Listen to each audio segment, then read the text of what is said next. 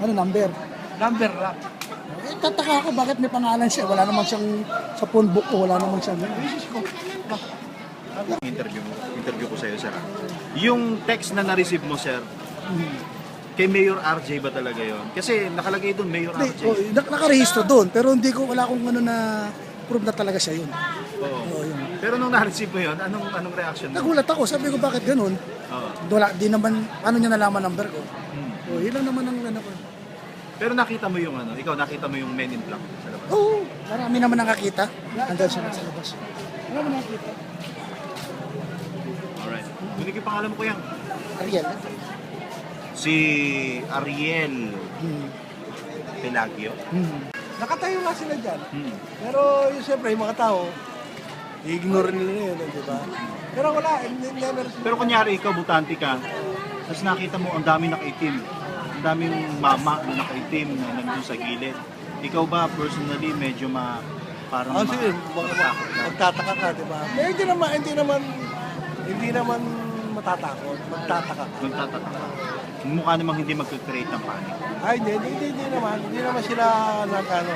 Basta tumayo sila dyan, yung nagano sila dyan.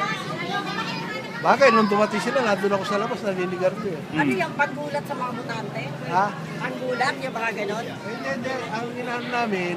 Ang inahan namin, kami, kasi sa PCRB kami, nag-usap kami, kung halimbawa papasok sila rito, tatanungin namin. Dito sa Caloocan. Kayo, ma'am, kung sakaling may nakita kayong gano'n na nakaitim, Opo. matatakot ba kayo? O... Magiging vigilant kami sa pagbabantay para bantayan ang boto namin. Di ba? Alam naman namin na nasa Kaya tama wag kami. muna kayong uwi, ha? Dapat Dapat- mga itsura nila.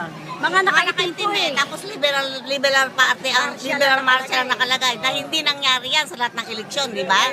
O tapos yung dalawang black men na nakita nung dun sa 161 na kwarto, talagang ini-intimidate niya yung mga tao, eh wala naman siya personality para pumasok sa kwarto na yon.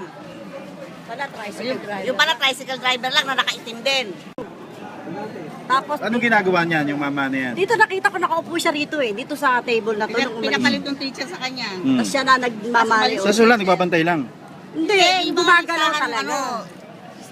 Yung mga listahan, Oo, Siya ang ginagalaw. nag-check sa mga butante. siya ang nag-check sa Oo, butante. oo. Sabihin yung mga boboto. Oo, nakapila yung boboto, isa-isa niyang pinapapasok. Okay. O paano hindi mo yun hakabulin kung anong ginagawa sa loob? Parang ina-assist niya yung Oo, butante. oo. Bawal yun. Hindi niya inaas ang pambutante. Siya mismo yung nagpipid sa butante kung saan sila pupunta. Na na ginagawa yun ng teacher, pero yung teacher binigay sa kanya. Ay, mali. Mali talaga. At hindi naman kami tanga para hindi namin malaman na mali yung ginagawa ng teacher sa loob. Ma'am, kunin ko yung pangalan mo. Ano? Elsie Rosales.